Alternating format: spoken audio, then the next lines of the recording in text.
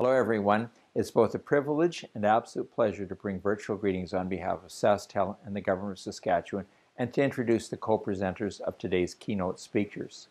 We are honored to be a keynote ally sponsor of this event, and we would like to thank the Saskatchewan First Nations Women's Commission and FSIN Women's Secretariat for all the hard work they put into this week's conference. Before going any further, I'd like to take a moment to respectfully acknowledge that in Saskatchewan, we are on the traditional territory of the First Nations and Métis people. As we gather virtually across Saskatchewan, we recognize the histories, culture, and contributions of First Nations people, and that we are all treaty people while acknowledging these historical relationships. SaskTel takes great pride in the role they play as a community partner. Residents across Saskatchewan trust SaskTel to keep them connected to their word through the outstanding infrastructure and network. SaskTel is committed to being representative of the province we serve by embracing diversity as a business strength and by growing connections across the province. More importantly, SaskTel values the individuality that each of us brings to the table and believes that the communities are stronger when we work together and to find solutions and address important topics. Whether you work in healthcare, academia, government, or education, just name a few, our efforts both inside and outside of the work makes Saskatchewan a better place to live. Events like this are so important in shaping the future of our province through reconciliation, and that's why SaskTel is proud to sponsor this first annual We Rise conference. Now I'd like to introduce our next keynote speakers for a talk focused on missing and murdered Indigenous women, girls, and two-spirited people in the prairies. Co-presenting is Dr. Priscilla Settee. She is a member of Cumberland House Swampy Cree First Nations and Professor of Indigenous Studies at the University of Saskatchewan, where she teaches courses on Indigenous food sovereignty and Indigenous social economics. She is also the author of several Indigenous books. She serves on the Seed Change Canada and Cultural Conservancy Board, and was a David Suzuki Fellow for 2019-20, where she researched the impact of climate change on Indigenous trapping, hunting, and land-based livelihoods. She is currently the principal investigator for a research project on trafficked women and children and has recently been appointed as a research fellow for NDN Collective for 2020 through 2022.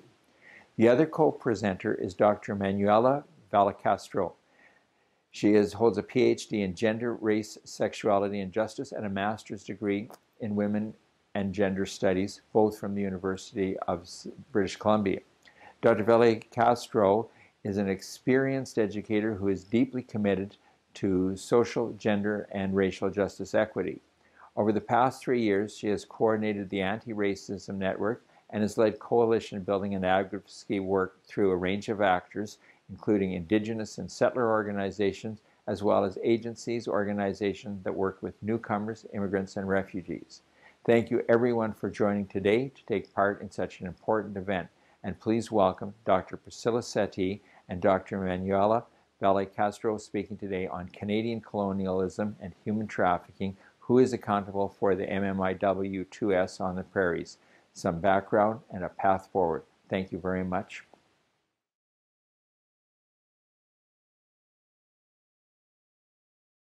So I'm presenting today on the topic of trafficking women and children. So I'm going to jump right into my presentation on World Water Day. And in my 10 minutes plus, it will become apparent why I am acknowledging World Water Day. So I'll begin with the frame of reference and contextualization. So I teach and have taught Indigenous and Women's Studies at U of S.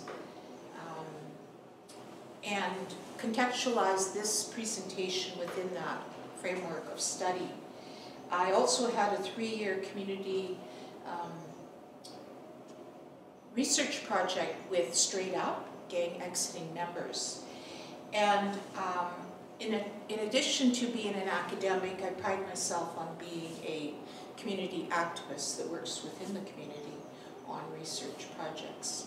My teaching includes food sovereignty and social economy, so I contextualize it within that frame as well. Always I teach from the perspective of justice, food justice, economic justice, land and water justice, and justice for women and children. And these are several of the publications that I've done in the past. A book of women's stories, Ahimemok, Never Give Up. Indigenous Food Systems, which is the latest publication, and is certainly a story of truth and, you know, optimism. And then the third one that just completed 2 weeks ago is The Trapper's Story from Cumberland House.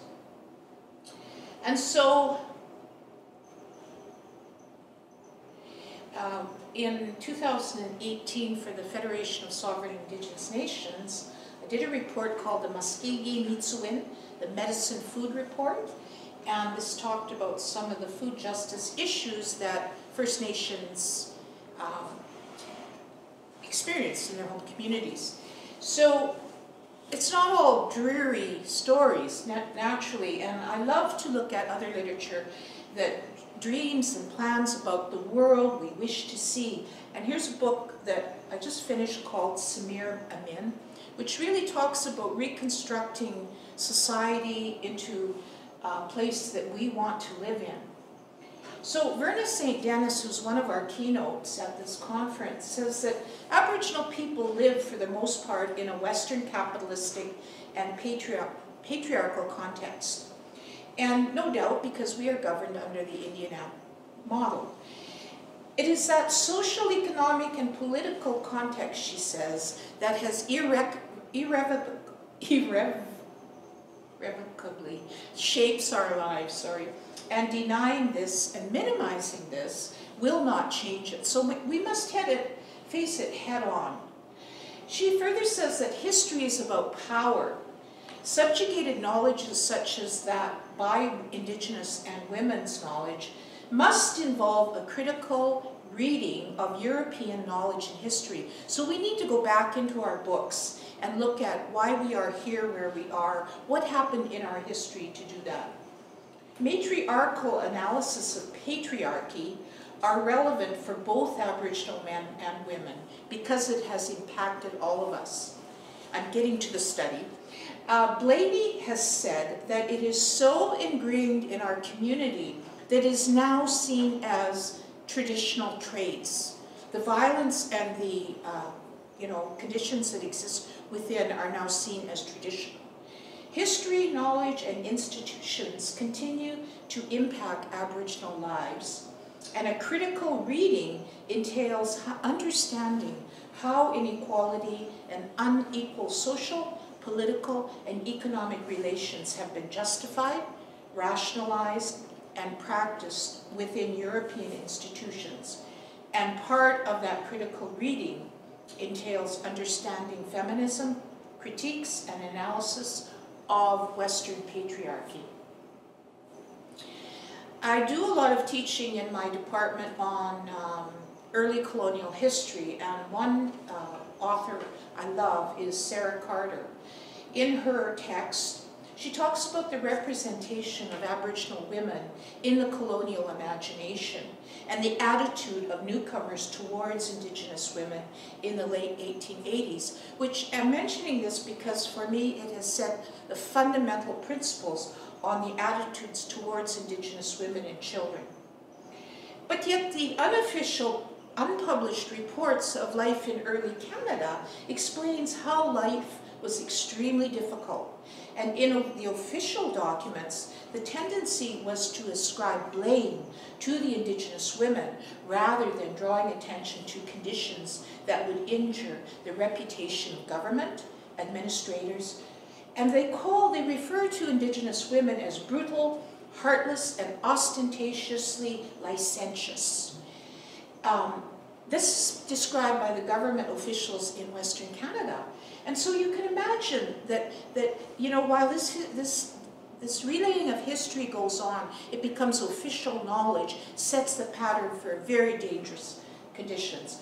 I always like to talk about the F word, because I know it's been given kind of a rap in our community. Feminism has been very controversial and never widely popular. However, it has been a dynamic and multifaceted movement, something that Indigenous women have ascribed to. Turpel and Montour challenge the assumption of universal male domination by pointing out historically Aboriginal cultural beliefs and practices gave a very high status to Native women. And we need to remember that. St. Denis says that she is part of both a Western way of thinking practices, and she says that we must be informed about this Western type of history, knowledge, and institutions because as academics and practitioners, we are part of that history. Historical and traditional gender relations have survived colonization. Some Aboriginal women interpret equality as meaning reproducing the Eurocentric patriarchal system. It's unnecessary to appeal for the attainment of the same rights as men. Rather, they appeal for the restoration and reclaiming of cultural traditions and self-governance that would allow women to be restored to our honored position. So studies that take a critical analysis understand how structural inequality works. So some of the work that I do in women-centered budgets and economies is of particular reference here. My good friend Jim Stanford talks about economics for everyone, that it is incumbent on those of us that take part in society to understand the basis of economics as an essential part of nationhood. So we involve ourselves in budgets that produce a good quality of life for women and children, and it's important that our institutions begin to look at what are those people-centered budgets. Why is it that, you know, there's been such unhappiness with some of the police budgets that are out there? And I'm suggesting that every budgets, whether they're federal, provincial, or local, need to have more transparency so that ordinary people like us, in particular women, have a say in what is going to be, you know, put on the budget. So I'm just about to wrap up here, but I want to mention the Berta Cáceres International Indigenous Feminist Organizing School that was established this year. And this really reminds us of the importance of Solidarity's international or intersectional working relationships that focus on policy, grassroots, international principles, and intersectionality, so that we can see the interconnectedness of what keeps us down. So a brief definition of intersectionality, it examines how categories of identity, for example, sexuality, race, class, gender, age, ability, etc., and structures of inequality are mutually constructed and must continually be understood in relationship to one another. So it's really important to see that all of these things that keep us in poverty and oppressed need to be understood within the framework, again, of neoliberalism, which I call uber colonialism. So under neoliberalism, there's a system of governance that has really whacked the heck out of all our social support networks. We have youth that are permanently unemployed. We have halfway houses that are underfunding. We used to have a marvelous social housing policy that was second to none in the world. We have none of that. We have people begging to put, you know, safe injection sites. And we don't think that's good enough, but it has to be understood within the framework of neoliberalism. And this means that women need to speak up. And it necessitates that all people are engaged. And what I see happening today is very exciting because women are standing up. The youth are saying it's our time. We have very powerful youth movements, Indigenous included, in Canada, and I'm really, really excited by that. In the university where I teach, women predominant in the First Nations community. It's women that are really advancing in higher ed, and that's something, again, to be aware of. So in my last 2 seconds, I just want to frame this again with the Hope Restored that applied for funding and asked me to be the principal investigator.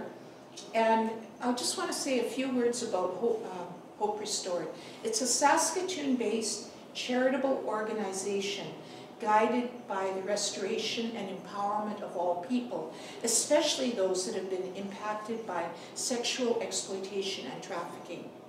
Girls as young as 13 are recruited into the sex trade by human traffickers that exploit their vulnerability, and most are Indigenous. The pimps and traffickers who expect their victims to work every day rake in an average of $280,000 per year per victim. The girls and women who usually have no access to family and friends and fear harm from the traffickers are trapped. The pandemic has reduced their escape options even more. And I quote from their website, and please check it out. More safe houses are needed where victims can go to escape. There were many times when I wished I had somewhere to go, and this was a survivor of sexual exploitation.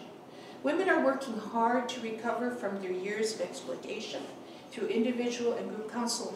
And now I'm going to ask my research colleague to come forth and explain the research project. She's going to build on some of the more structural issues that I've introduced, and then finally I will wrap up with a very brief closure.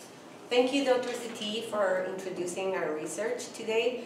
First, I want to say that I'm deeply honored to be here at the We Rise conference, and that I want to acknowledge my mentors who are Negillo Isquieu, like Dr. Berna St. Denis, Becky Sagamus Kufner, Dr. Priscilla Settee, and others that have really shaped the way that I understand my responsibilities here as a guest in Treaty 6 and as someone who is a feminist, anti-colonial, anti-racist feminist, and who is invested on gender and racial justice and equity, and for safety for all women, girls, and Two-Spirit folks. When we were invited by Hope Restored to participate in this research, we very quickly realized that it was an opportunity to talk about justice issues, even though the human trafficking framework has received a lot of criticisms and has been called into question as an effective framework for us to challenge the violence that affects Indigenous women and girls in Two-Spirit. And this is because historically we know that the main agent that has been involved in human trafficking and sexual exploitation of Indigenous women and girls in Two-Spirit is the colonial settler state, with practices from child apprehension and both historical and ongoing child apprehension, the residential school system, and other ways that have made the lives of Indigenous women, girls, and Two-Spirit folks very vulnerable and frail. And I wanted to start with these two quotes, and one is from the final report of the National Inquiry on Missing and Murdered Indigenous Women and Girls, Reclaiming Power and Place. And it states very clearly that Indigenous women, girls, and Two-Spirit LGBTQIA people live in Canada in an almost constant threat to their physical, emotional, economic, social, and cultural security. And this is an issue that has been brought up many times, and the government of Canada has demonstrated resistance to acknowledge it. It took a campaign by Amnesty International, No More Stolen Sisters, for Canada to actually have an inquiry about it. And we also need to understand that sexual violence towards Indigenous women is not something new. It really has been historically unfolded as a strategy of settler domination, and as well as in other contexts, not just Canada. So when we embarked in this project and we started looking at all the literature that already exists and has been produced around violence, either gender-based violence against Indigenous women and girls and Two-Spirit, or all the types of violence. There's so many research, there's too much research. That's what we came to realize. There is too much research and reports about the root causes of why women, girls, and Two-Spirit folks live in this state of vulnerability. And as Dr. Settee was indicating, these causes have to do with the structural issues. And when we name those structures, what we find is that there's at least three main structures that are at play. And one of them is colonialism and white supremacy. Another one is patriarchy, but also heteronormativity. So that means heteronormativity. So that means patriarchy, but also homophobia, transphobia. And then, of course, capitalism, right, which has introduced a system of accumulation of wealth based on the exploitation of labor of others, that, and race has been used as a way of separating the exploited as well. So we have to look at the ways that these three big structures are interconnected. And as Dr. Settee was mentioning, we have this beautiful concept of intersectionality that Black feminist women have gifted us, which is the metaphor of an intersection of roads in which some folks are getting simultaneously hit by the violence of many roads at the same time. And there's compounded effects of how all these systems are shaping their lives. So we know that the more structures you are affected by, the more roads that you're getting crashed by, then the more dangerous your life and your life is in Canada, and the more likeliness that you are actually going to die as a result of violence. So we're very aware that we can't just talk about colonialism. We need to bring in patriarchy. That's why we need feminism. And we can't do feminism without anti-racism, because otherwise we're going to be reproducing white superiority. And we also cannot leave outside the conversation about capitalism, because we understand that what has happened historically has to do with disrupting the systems of livelihood and kinship that sustain communities for millennia, and the introduction of systems of exploitative labor that are at play right now. So we know, and these reports have also very, with a lot of detail, presented what are the specific policies that have and continue to cause harm and shape the social outcomes for Indigenous women and girls and Two-Spirit. So Dr. Settee was mentioning the Indian Act, and of course that's one of the main pieces of legislation that continues to structure a racially segregated Canada. And we continue to inflict, with the Indian Act, the land dispossession and displacement and inflicting poverty is ongoing. It didn't stop when the Indian Act was, it's not a one-time event. It's something that it's ongoing. Policies like residential school, the neglect in terms of housing and food security in reserves, the constant apprehension of Indigenous children, the over-incarceration of Indigenous people. And in Saskatchewan, we know that every 100 men in prison, 85 are Indigenous, and in the case of women, is 95 women are Indigenous, every 100 incarcerated women. And along the same lines, these are connected, we know that every 100 children in foster care, 86 of them in Saskatchewan are Indigenous.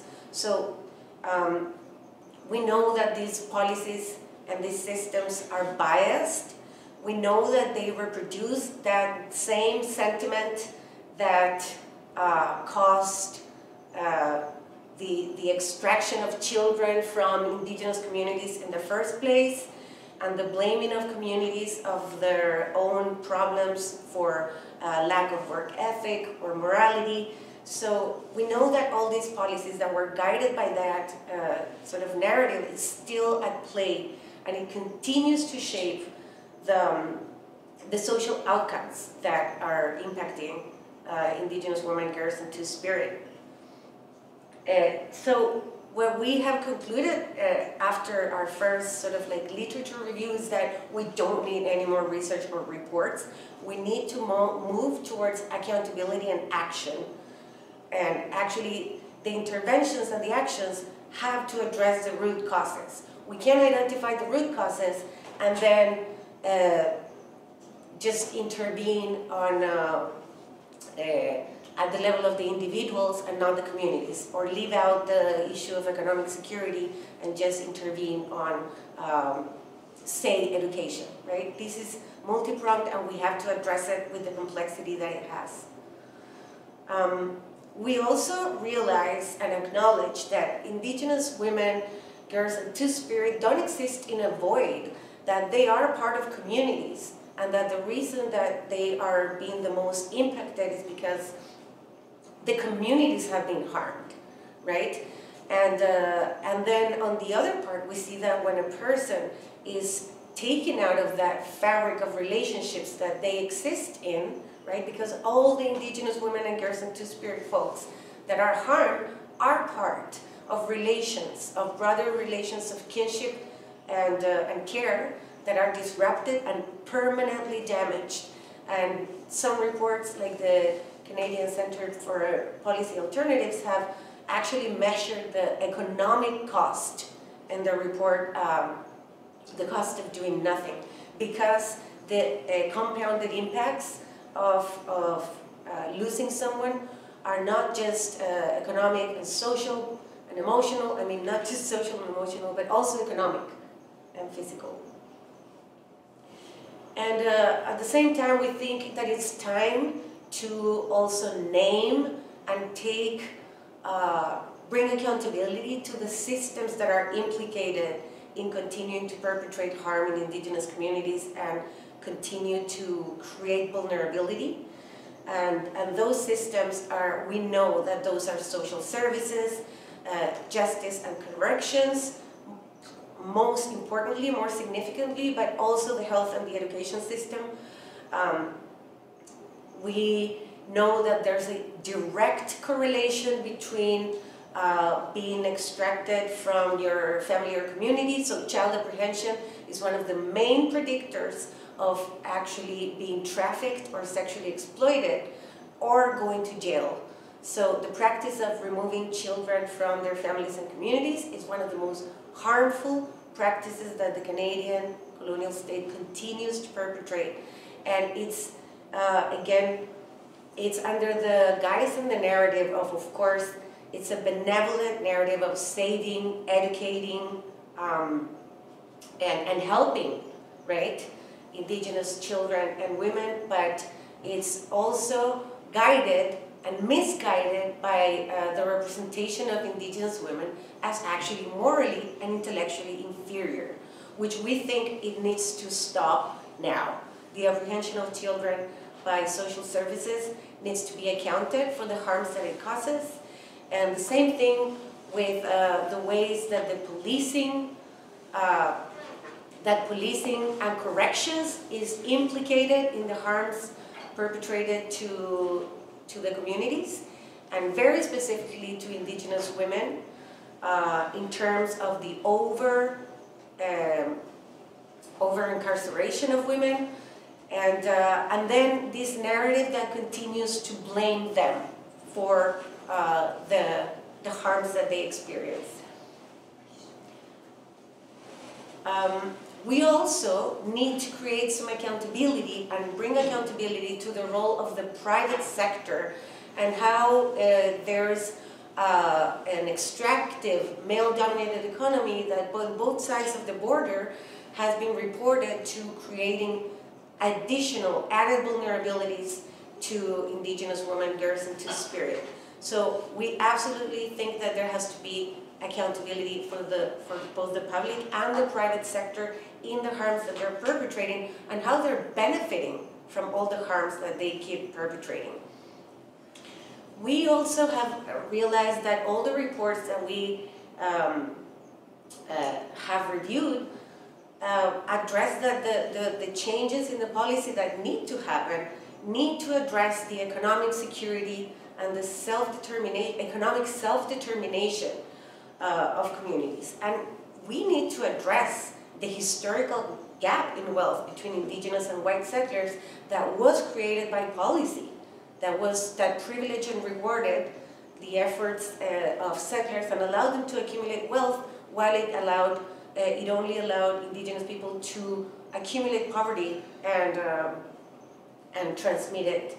And we believe that it's very important to think about applying principles of feminist and social economies that put at the center the distribution of care as the center.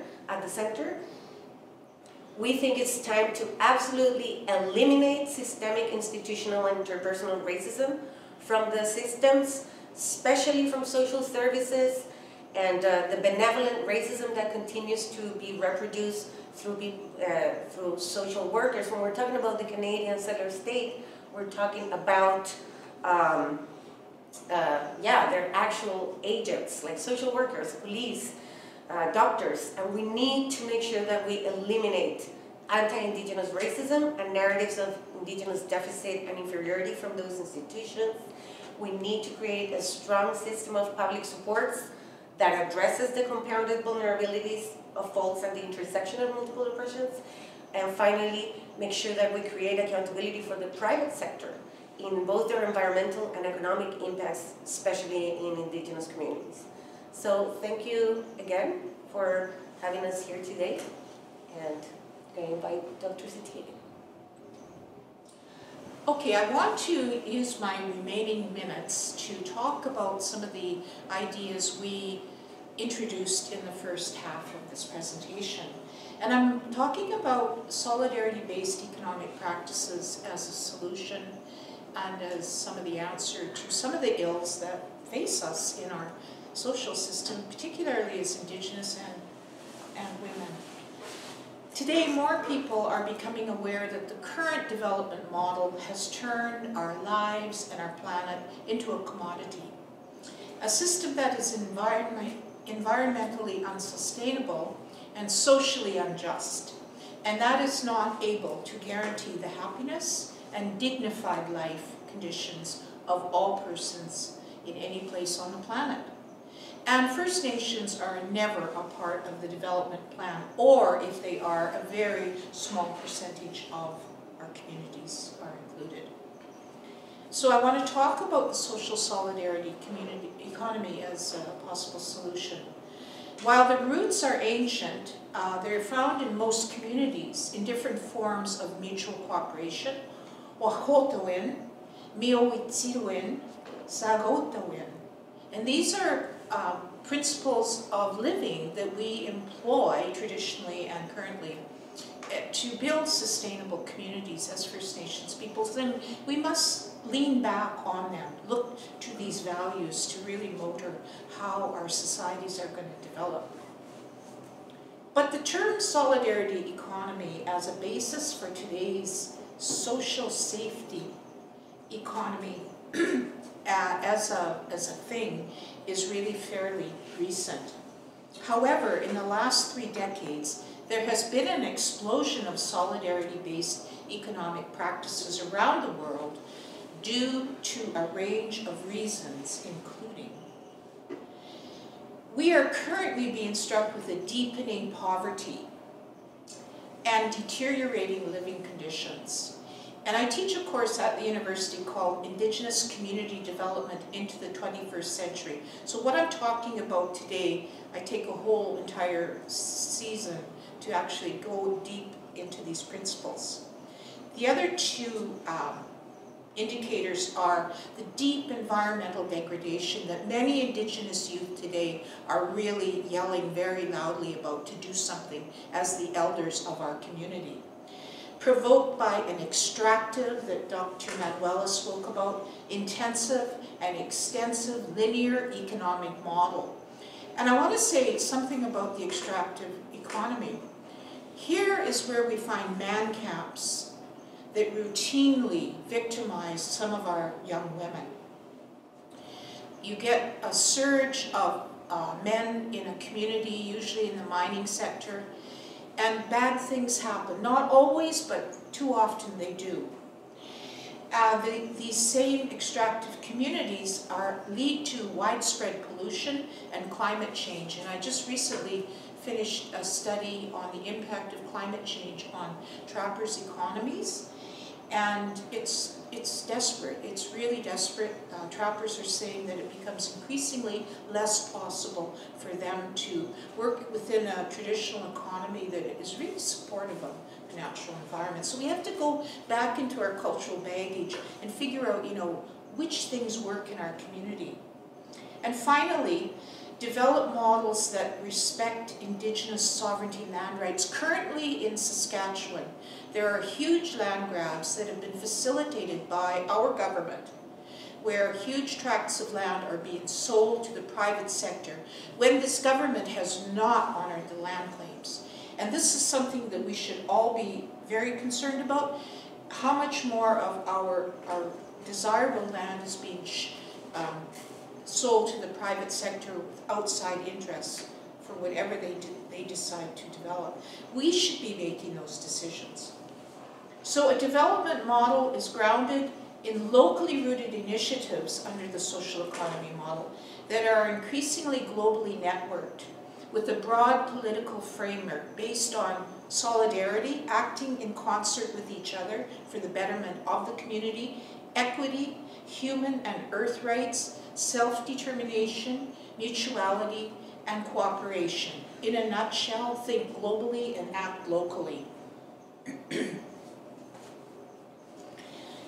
The social solidarity economy is an alternative to capitalism, where the 1% make magnificent millionaires and billionaires out of themselves, but the rest of us in the 99% are left holding their development models with few benefits.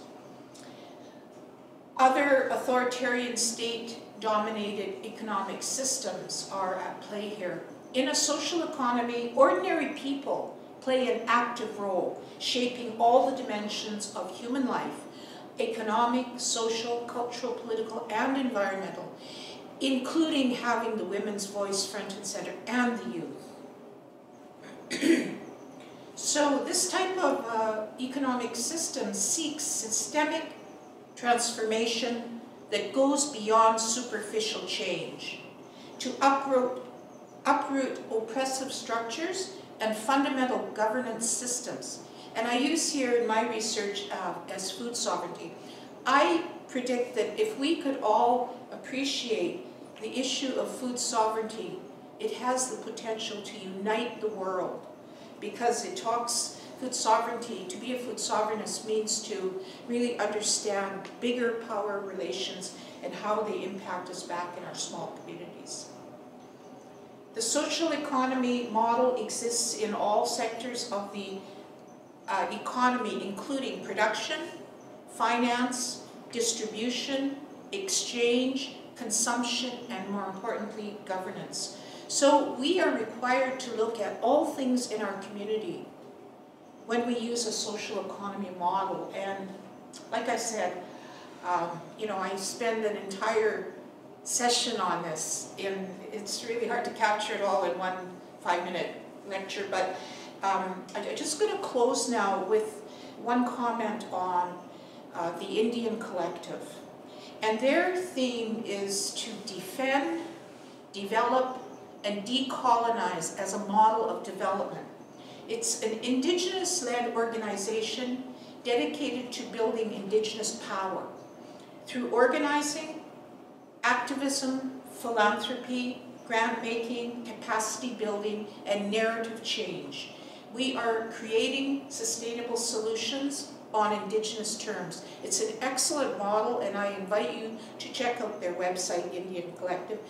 And I'm very happy to report that I've just been named a fellow with their collective for this year.